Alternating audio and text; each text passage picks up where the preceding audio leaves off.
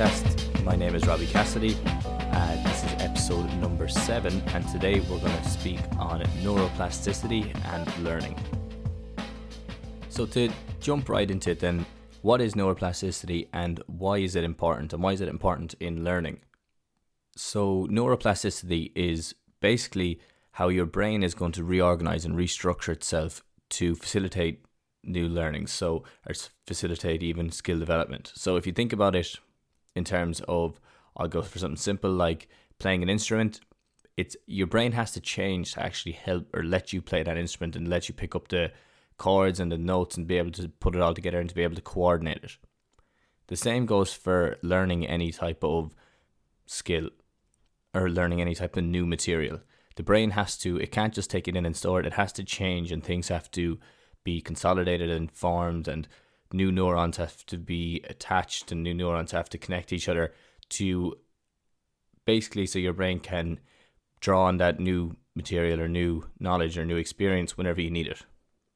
So to think of human progress over the last 100,000 years or the last million years, all of our progress has been a consequence of two things, and that's neuroplasticity itself and how the brain can change and reorganize, and then technological advancement as well, so moving from the Stone Age to the Bronze Age to the Iron Age.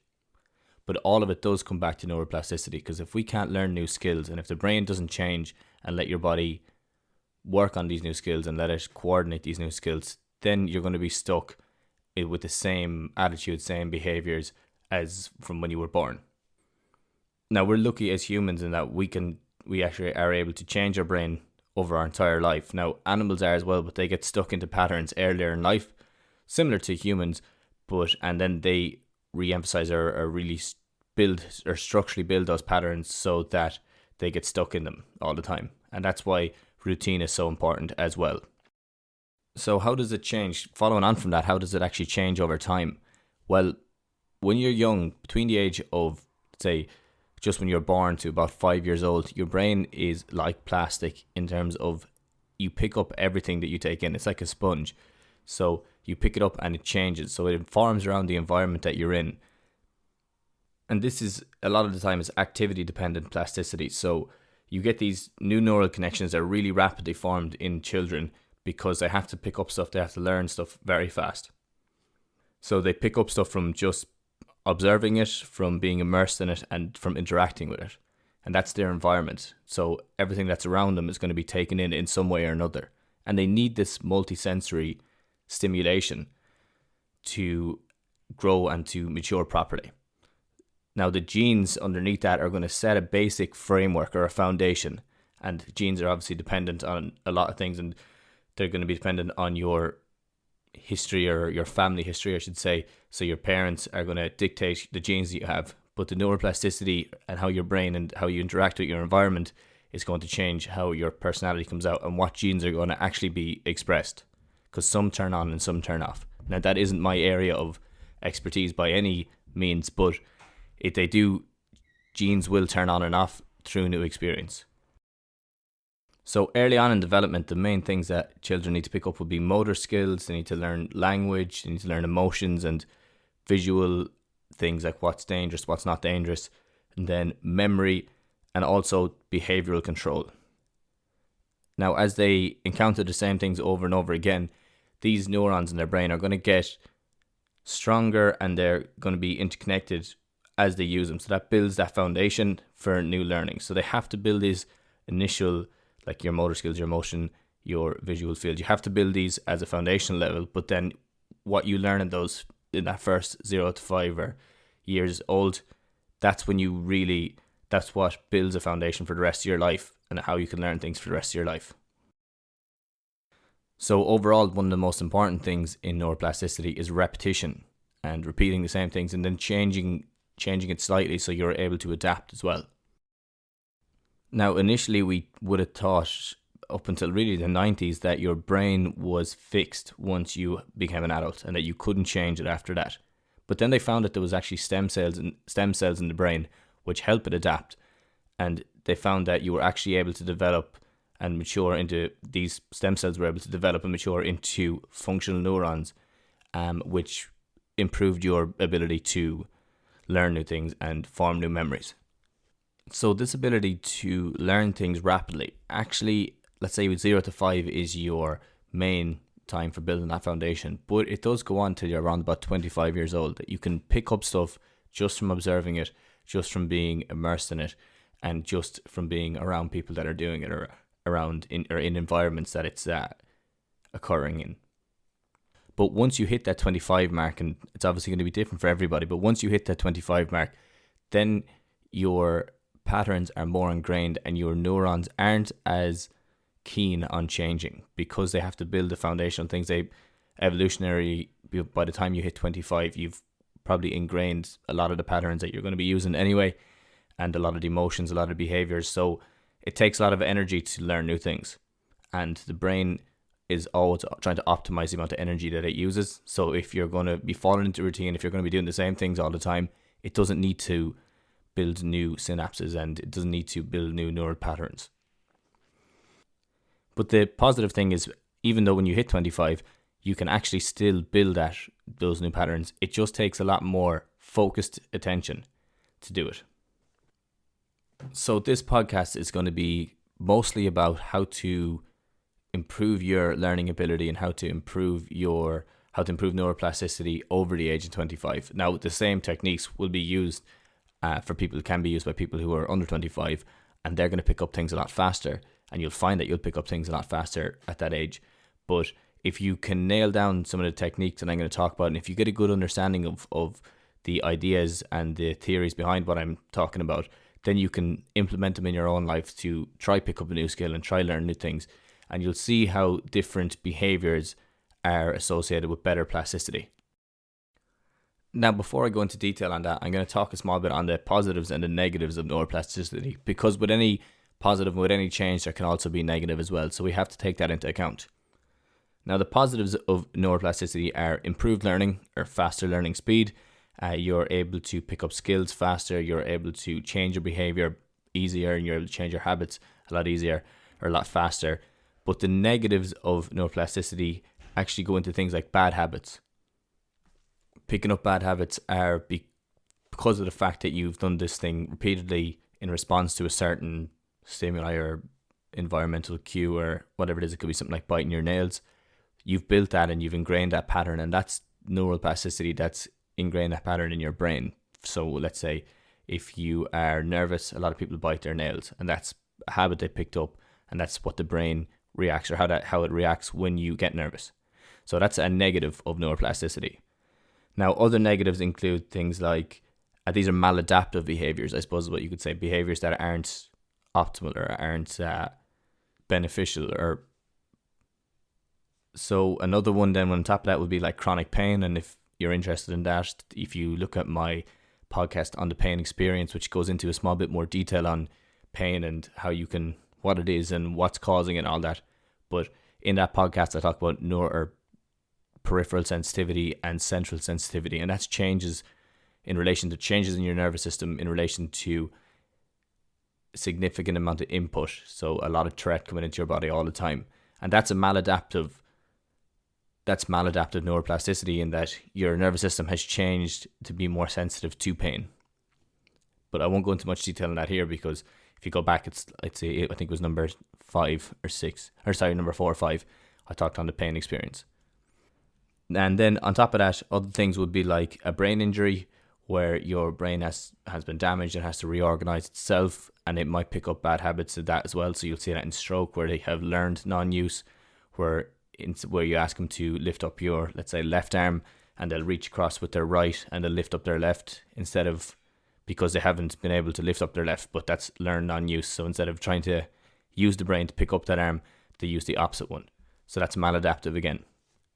And lastly, then, one that I suppose it could be closer to a lot of people that might be listening to this podcast would be addiction. And addiction is maladaptive neuroplasticity. Now, I'm not an expert in addiction by any means either, so I will leave that up to the experts to discuss it more. But it is a response to a certain stimuli again, and your brain is looking for that, I suppose, out, or it's looking for pleasure in some instances from repeated use, even though you know that, like internally, you know that it's bad for you. you're looking for that dopamine hit a lot of the time. So that's some of the negatives of neuroplasticity. And for the majority of people listen to this podcast, it'll be bad habits will be the main one that you'll want to get rid of. And that's what you can, if you take the principles that I talk about in this, you can use that to override bad habits. So just two other things then, talking about neuroplasticity and negative neuroplasticity, just before I jump on to the next topic, will be that one might think of a negative experience that could be encoded even though you don't want it to be, would be if you were in a car crash.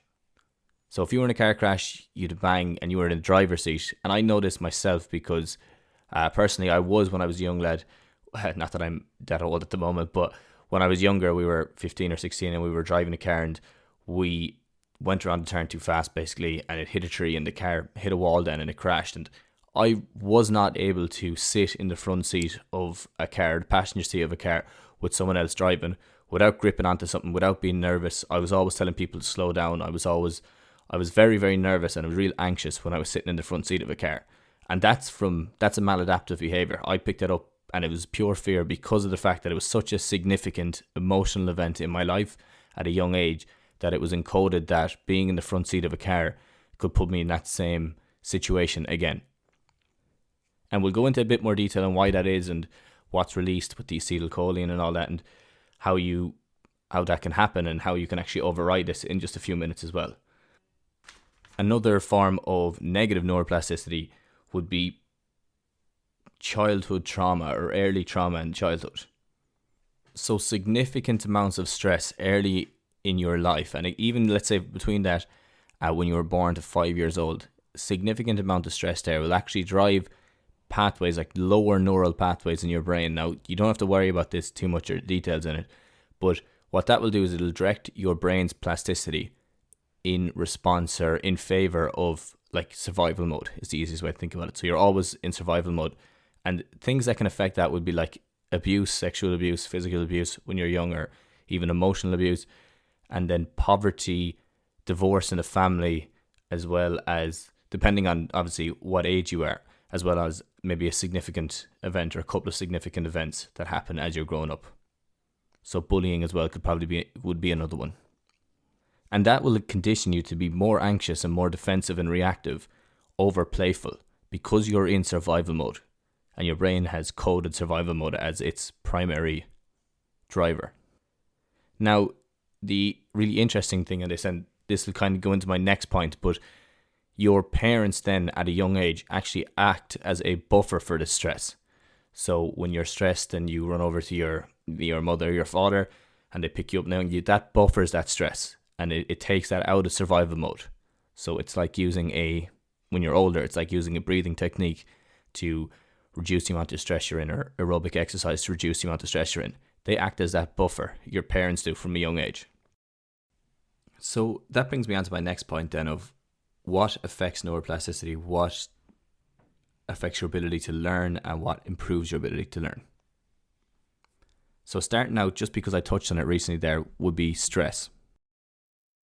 So as I touched on about the child and how if they have a lot of stress early in life, that affects them and puts them into a more survival mode because their brain is wired for a more survival mode. If you think about that as you go through the rest of your life. Now, as I was saying, when you get to 25, it does affect you in terms of a small bit more, in that it's harder to change it. You need more focused attention. But there's certain things that even if you use that focused attention, if you don't take care of them first, it's going to be more difficult to learn things.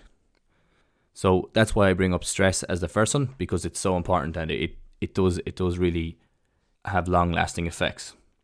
So when we talk about stress, the main things I want to touch on would be that prolonged stress is actually going to increase the activity of a place in your brain called your amygdala.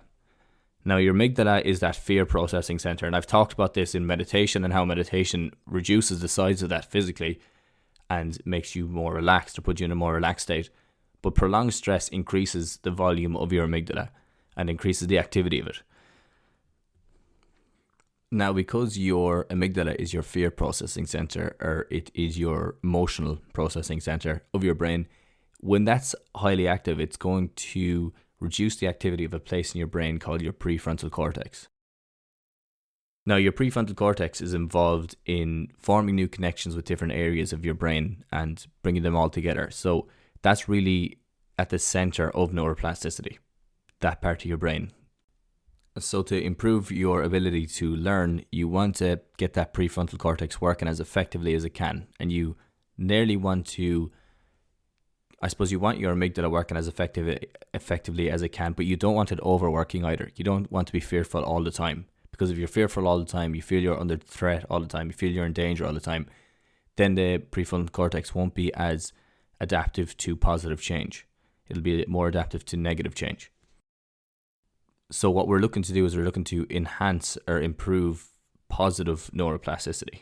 And there's a good few ways you can do that. And that's what my basis in coaching is. What I do with all of my clients is that we're looking to build new habits. We're looking to build better routines. We're looking to get rid of pain that they may have for or long-standing pain. And to do that, what we have to do is we have to get the brain to change. So we work a lot on different areas of their life, and really what we're working on, if you break it down into an overall view on it, would be different wellness approaches, or we're looking at different wellness approaches and wellness practices.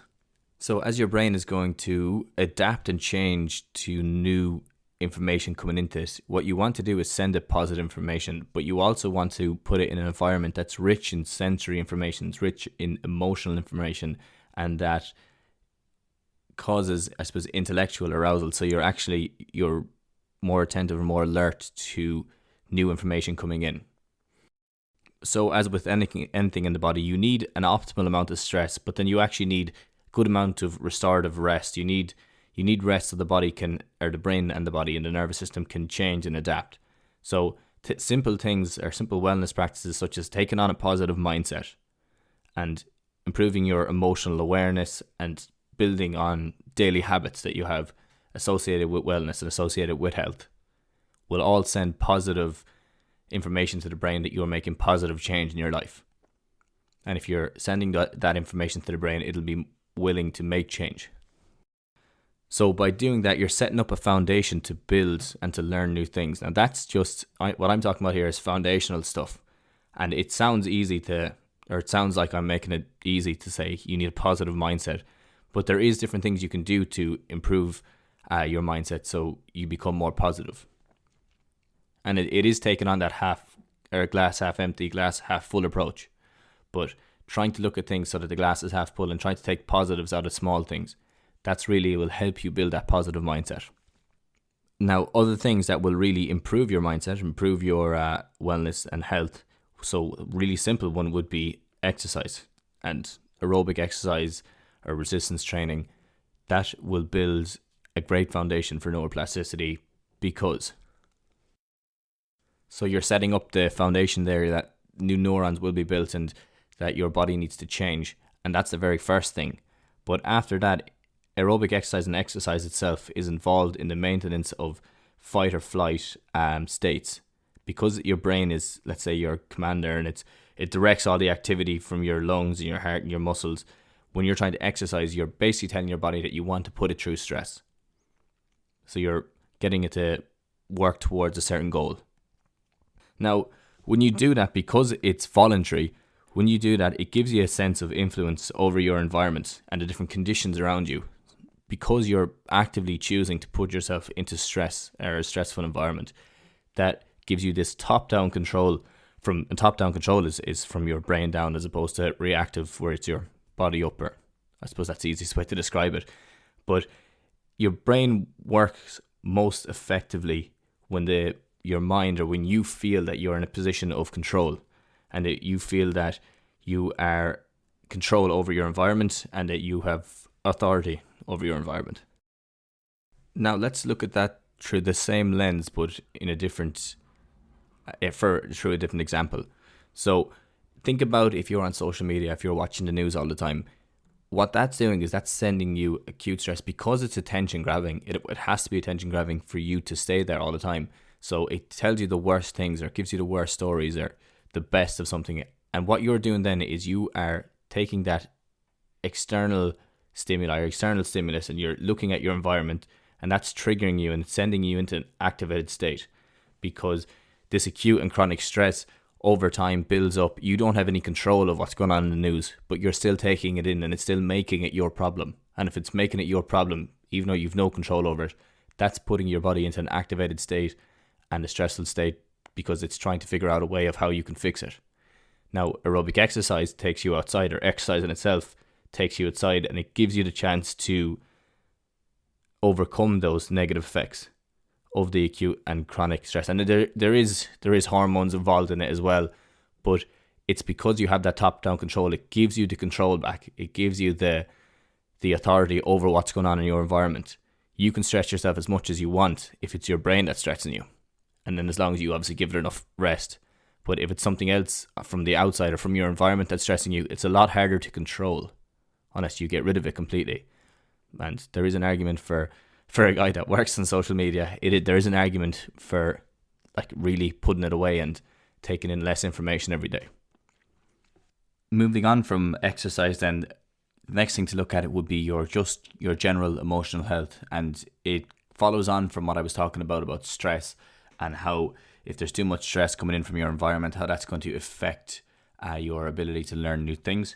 So if we look at your emotional health in general, you need to take into account that biopsychosocial model. And the biopsychosocial model, it's a big word, but all it is how your biological body affects your psychological and your social life as well, that they all intertwine and they affect how you perceive life and how your body reacts to different things. So it's those three things together. So biological, psychological, and social.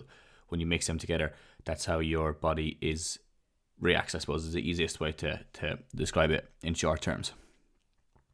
So when we're looking at emotional health, then things you need to do is maintain a positive mindset, and then you want to improve your social behaviours. So maintaining a positive mindset is an overall goal, obviously, and you want to be trying to be as positive as you can in every situation. Now, there's obviously some situations that it's difficult to be in, but it's training yourself to look towards the positive as opposed to the negative. Now, other things that will help you with that and things that tie into that, promoting social behaviours or positive social behaviours, would be things as simple as volunteering and social bonding. Like volunteering makes you feel good. It makes you feel happy about what you're doing. You're helping somebody else, and it's giving you that control of helping somebody else as well. And if we tie that back to how that affects your relationships with other people, it gives you more empathy. So you be more empathetic with people. So as a knock-on effect, you're going to be better able to converse with people. You're going to be able to build better relationships because you're more empathetic as well. Now, on top of that, you can do other things such as journaling. Psychotherapy is another one, or working with a psychologist. And they're all going to work on building that positive neuroplasticity and building your ability to learn and your ability for the brain to change, because it feels safe and it feels secure. So trust, security, and love are going to be three huge things that impact that. And if your brain and if your body and your nervous system feels like it's secure, it feels like it's loved, then it'll be more open to change and more open to adapt. As opposed to if it's in survival mode where there's a lot of stress coming in, it's going to be more open to just trying to stay alive. Now, on top of that, other things you can do, it comes back to if you're going to be looking to promote overall emotional health, you need to look at other things. Now, obviously exercise is going to tie into that, but environmental enrichment is an excellent, it's just a term, but it's another excellent way of promoting better emotional health. And that just basically is any activity that's going to stimulate your sense and it's going to challenge your cognitive or motor abilities. Cognitive obviously being your ability to form memories and to think and to plan, and your motor ability would be like picking up a new skill, like kicking a ball, swimming, something like that, playing golf. On top of that, then environmental enrichment would be also enhancing your social interaction. So when you're meeting with people, now the volunteering does come into that, but things as simple as playing instruments, dancing, exploring, finding new places, going on trips with people, volunteering, obviously I said that. And really simple one that you wouldn't think of is like aromatherapy, or taking in new smells, like smelling flowers, taking deep breaths outside, like opening up your lungs, really breathing in, taking in your environment around you, seeing the beauty in smaller things, and then just like changing your house, having your house cleaner, putting it more visually, so it looks a lot better, obviously, because when it's cleaner, but visually putting colors that are stimulating positive emotions. And then I think that one that I mentioned about aromatherapy is interesting because it's so simple. It's just getting lavender or getting things like that around your house, smelling flowers, really simple changes that enrich your sensory or enrich your senses. So you're taking in a lot more sensory information, and then you're resting and you're relaxing again. And that all they promote brain development when you think about that, all because it's all coming in, it's all new, it's all novel stimuli, and it's positive. It's all positive stimuli. You're going at it with a positive mindset. You're not going over smelling flowers and thinking that it's going to smell like shite. Like, you're going to go over and you're smelling those and you're taking all that in, and then you're looking at the horizon and you're looking at your environment around you, you're looking at nature, and you're taking all that in, and it makes you feel better. So it's all about enriching that environment, making it as positive as possible. Other things then that would work to promote a positive mindset and promote a neuroplasticity in learning would be, and you've heard me talk about it before, but meditation. So meditation is, because it turns off that threat system, because it helps you become more aware and more, it builds your attentional control, and your attentional control is obviously involved. As I was saying, you need that focus, and focus is attentional control. That's what it is. So meditation helps you build that, and if you're able to build that, and if you're more effective at it, if you're better at it, you're going to be able to pick up, you're going to be more focused on a task, and your brain is going to feel that it needs to make changes, so you're able to do that task better next time because you've spent so much time and so much focus on it. So meditation promotes that and it builds that. Now, that's just one simple thing, and that'd be mindfulness meditation. And I did a podcast on different meditations. I think it was the one just before this, so it was number 6. If anyone is interested, definitely check that out, and I go into a small bit more detail on the effects of it. But other types of meditation be like loving kindness. When that builds compassion, it builds selflessness, builds empathy, and it improves your relationships. And then transcendental meditation as well promotes like calmness, restful alertness, and it also builds your self-awareness. Now, when you think about those and what I had mentioned earlier, you'll see how they all improve your ability to learn, because the brain is feeling safer, it feels more relaxed, it feels like it's able to, or it feels like it'll be secure enough to change itself, and it'll feel like everything will be okay, I guess, if it changes itself. So it'll be more open to change. Now, if you're really nervous, if you're really anxious, and all these like negative emotions coming in, then the brain will be less likely to change. So when you think about that. Now, when we could push it on after that, then you're looking at like nutrition, breathing routines, and sleep. So nutrition, you need to think chronic inflammation in the body is going to be one of the main causes of any mental illness at all. And if you have chronic inflammation from eating processed foods, from eating or having a diet that's high in processed foods, then it's going to be under threat, and it's going to be more inflammation in your body, and your brain isn't going to be as able to adapt. So there's looking at things, and I'm no expert on nutrition, but looking at things like to improve your gut microbiome, because if you can improve your gut microbiome, you can reduce that inflammation in your body. So caloric restriction, intermittent fasting, looking at omega-3s and taking in more omega-3s, and they do promote plasticity in general just as themselves. Then you're also looking at probiotics to build that gut microbiome and really build that or promote brain health. Now, when we talk about becoming more secure in yourself, one that you would forget about, and it's so important, would be physical touch, with or interacting with other people and animals. Now, physical touch itself, as I said earlier, in children, the way it buffers that stress system, physical touch also promotes plasticity because it makes you more relaxed. It promotes healing. It can be involved with pleasure, I guess you could say, as well. And you could think about massage as an effective way of doing this. Massage releases different hormones. You have that analgesic effect in terms of it reduces your pain, and I talk about that in the pain experience. But it also promotes love, and it promotes bonding with another person. And all that physical touch is sending those positive emotions. And that bonding and that love is going to reduce your stress or it's going to combat stress, and it's going to improve your overall health in general. Now, see, if you kind of notice there's a theme throughout all these wellness practices, and it's promoting that sense of relaxation and security. So anything you can do to do that is going to help promote that setup or foundation for the brain to change. So other things would be that breathing and relaxation, and I talk about breathing in another podcast as well. I think it was 3 or 4, but I'm very poor, I should know these. But yeah, breathing is going to be really important as well, because it helps you get used to and endure chronic stress. Now, breathing is similar to exercise, in that exercise, it's a top-down control of your stress system, and you're able to stress yourself. Now, breathing is the same. So you can control that CO2, control your tolerance to that CO2, and you're promoting that top-down control and promoting the fact that you have control. So it gives you that, it builds self-efficacy, and it builds self-awareness, and it builds self-control.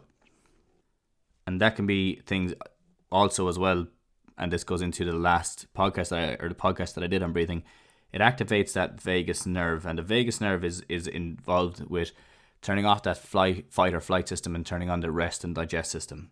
So you can see how breathing would definitely affect your ability to learn new things as well. Now, sleep is probably one of the most important practices in neuroplasticity, or to promote learning. And I'll go into a small bit more detail in a couple of minutes, but sleep is involved in memory formation, memory consolidation. And when I talk about this, I actually did do a podcast on breathing as well. It was number 2 or number 3. So it's involved in so many different things, up to waste removal. It's involved in loads and loads of different functions. But in terms of plasticity, because of the fact that you need that focused, alert concentration, that you're just thinking about one thing, and you're really focusing on what you're doing, because you need that, and you need to turn off, because you need both sides of this.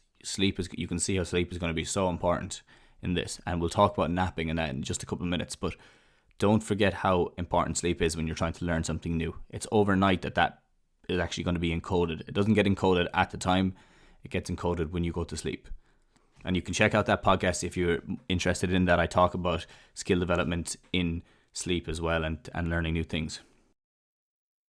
Now, when you look at all those wellness practices and how they're going to really promote neuroplasticity and build that foundation for your brain to change, you need to think about one other thing that's going to really affect that, and put you under threat again, and put you into a state of survival mode, I guess you could say, and it affects the connectivity as well in the brain, and that would be substance abuse.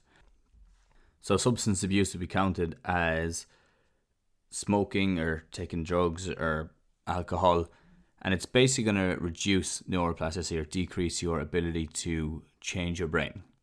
So we're trying to avoid that at all times, especially when we're not, I shouldn't say it at all times, but we're avoiding that when we are trying to learn something, because alcohol does affect just in itself, it affects your REM sleep and it affects your deep sleep, and two of them are huge in building new memories, forming new memories, and facilitating new skills, the learning of new skills.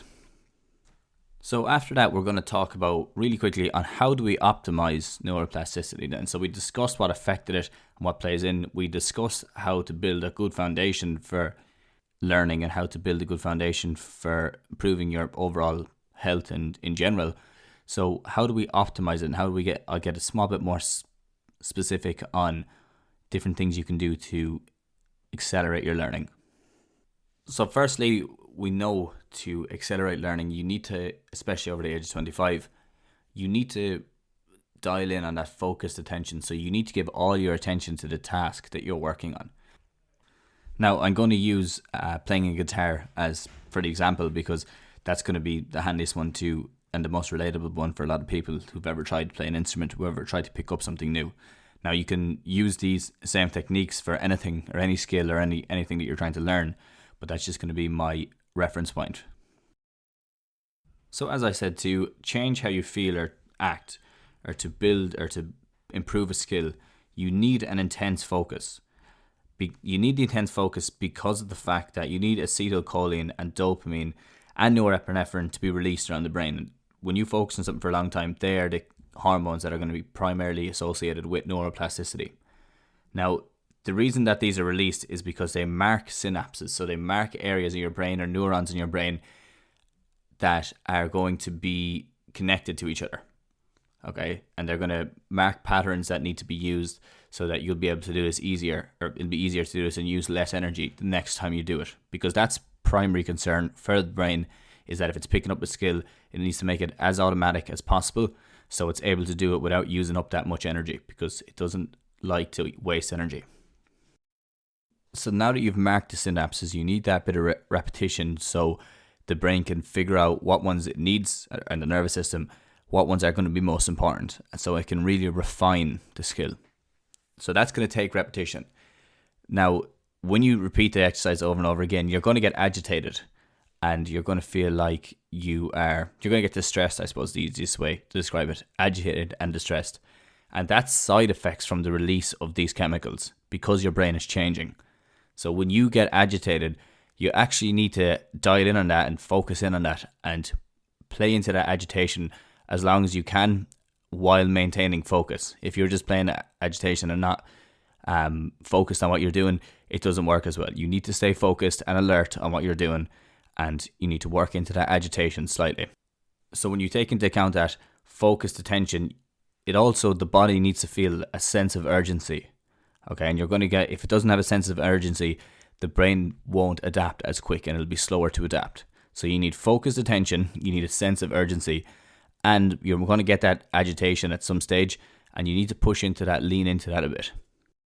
Now, when you come back from that, then because you've that done, you have that focused attention, the exact opposite of that is you need to rest. And rest is the most important part of recovery. Now, rest can be as simple as like deep sleep, where you're sleeping at night, or it can be napping during the day as well, because short naps have been shown to support rapid learning in adults. And then there's these other things called non-sleep rest, or it's non-sleep rest. Now, I don't know if that's the technical name for it. This is actually a Stanford University researcher called Andrew Huberman who talks about it a good bit, as well as David Eagleman, if you're looking for another name, and a guy called Lawrence Choi as well. They have a lot of research done on this area. Think about that. You've your focused attention, you've nailed down what you're doing. Now you need to relax from it. You need to shut off. The brain needs to decompress, is an easy way to think about it. So a non-sleep or non-sleep rest could just be taking your attention away, just closing your eyes. Simply, it would be a meditation, I suppose, is one way, but it doesn't need to be that focused. Now, meditation is going to be a lot more focused rest and recovery, and it might accelerate even more so. But if you're just stepping back from the task for a couple of minutes, closing your eyes, relaxing, you're still going to be able to pick it up. And that's really important, because you can only focus for so long, but you need to step back and reset. Now, the reason children are able to learn so fast is that they learn through play a lot of the time. And play basically is you are giving something your full effort, but you're keeping it in perspective. As in, it's not the be all and end all. So when you're trying to learn something, stay light, stay loose, but still be focused and give it your attention. Now, as emotion is also connected to it, you need to give it some type of emotion as well. As in, you need to attach emotions to it. If there's emotion attached to it, that's using a lot of areas of the brain are working together. And the more areas of the brain you have working on something, the better you're going to get at it, or the faster you will get better at it, I should say. So we now know the general principles of neuroplasticity in terms of you need a lot of focused attention and you need to rest. So now we need to look into rest and attention a small bit more. So they find that 3 hours after you wake up and 11 hours after you wake seem to be optimal for learning because of your alertness and your alertness levels. So look to schedule your learning periods in between those times as best you can. Now, you're still going to be able to learn outside those times, but that's just optimal is within those times. Research finds then that learning should be in and around about 90 minutes at a time, and within that 90 minutes it should be broken up again. So it needs to be broken up into that focused attention and rest, because you won't be able to hold your focused attention for 90 minutes.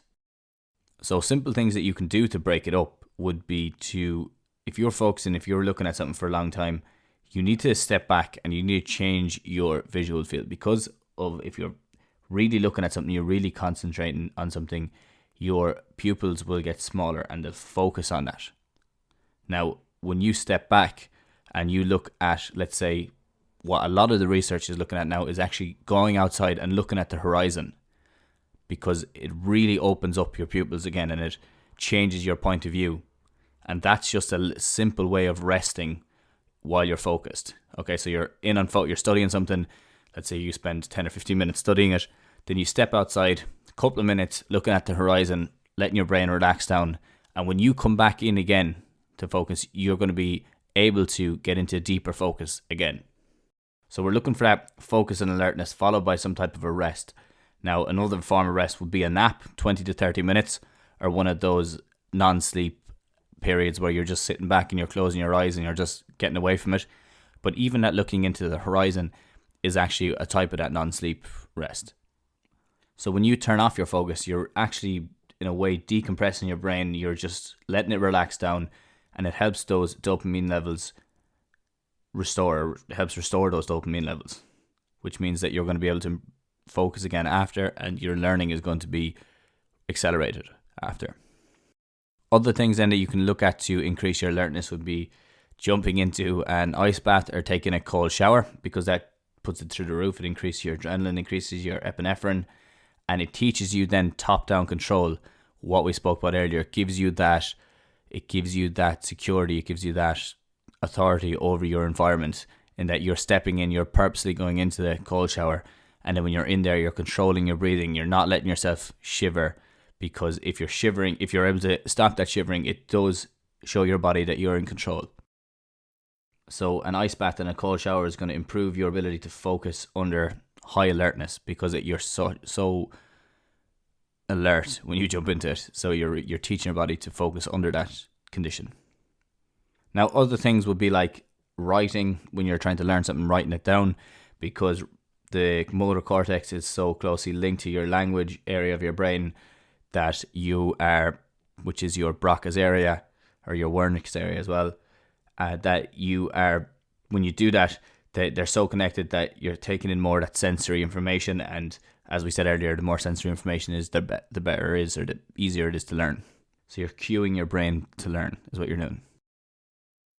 Then if you're looking at nutrition to improve neuroplasticity, obviously we have to look at that gut microbiome and look at reducing inflammation overall.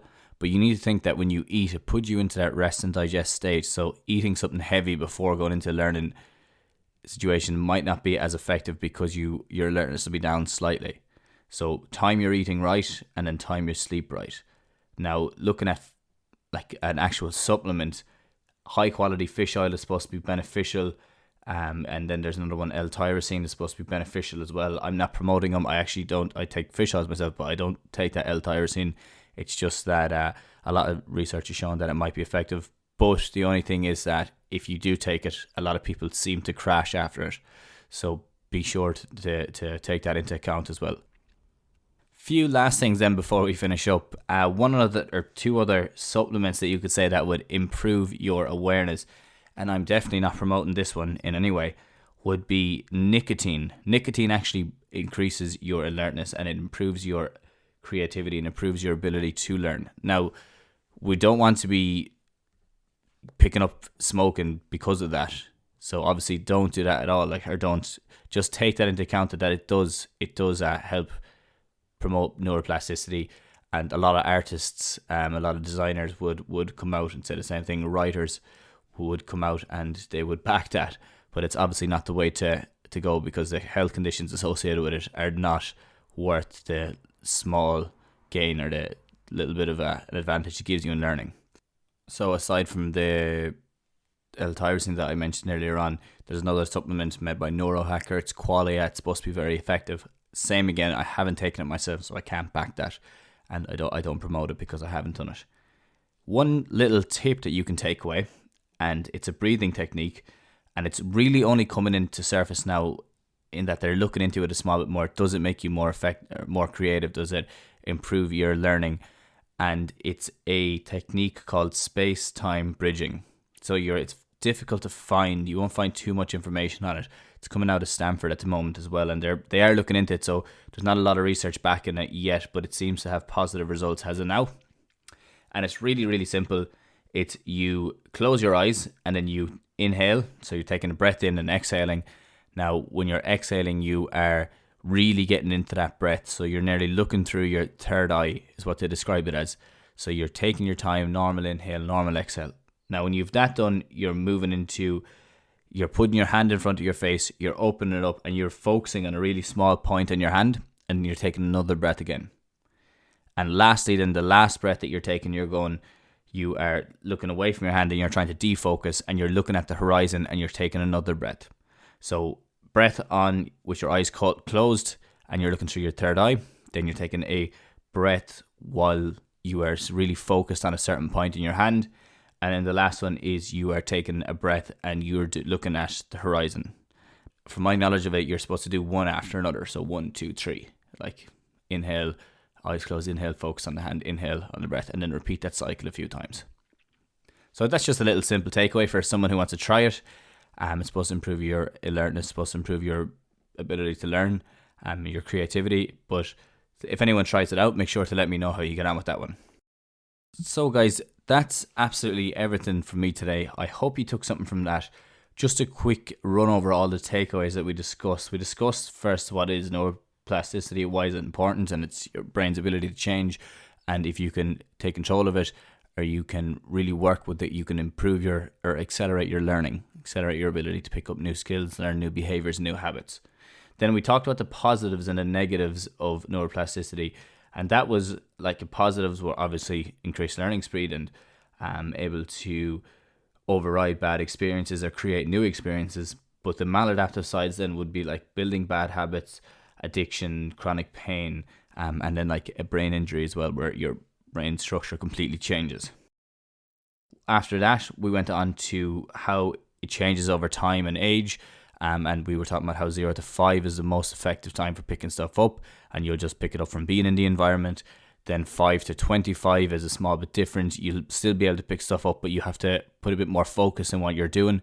And then from 25 on, you really need to focus your attention, and it has to be self-directed. So it has to be self-directed, focused attention, while children will just pick it up from being in the environment. After that, then we talked about what affected neuroplasticity. We went through how stress affects it, how substances affect it, and then we talked about different wellness habits that improve it. And wellness is building that foundation for it. So that was like meditation and breathing and sleep, enriching your environment from smelling different, or aromatherapy, I should say, as opposed to smelling. So aromatherapy, and we talked about doing yoga as well. And then just doing different things to really enrich your environment, like volunteering was the last one. Improving your emotional health, so that's taking on a positive mindset or trying to be more positive in situations. And then lastly, we talked about, or firstly, it was actually what we talked about of those was exercise and aerobic exercise and resistance training, and how that improves your top-down control so that your body feels like it's able to get through its environment and it has control of its environment. So you're able to control the stress on your body, which makes your body feel more in control of all the stress around it.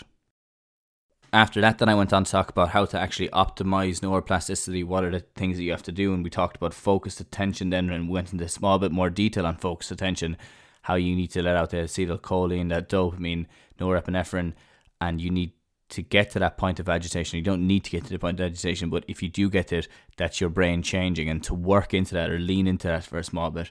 Some people won't get agitated for a long time to be able to cope with it.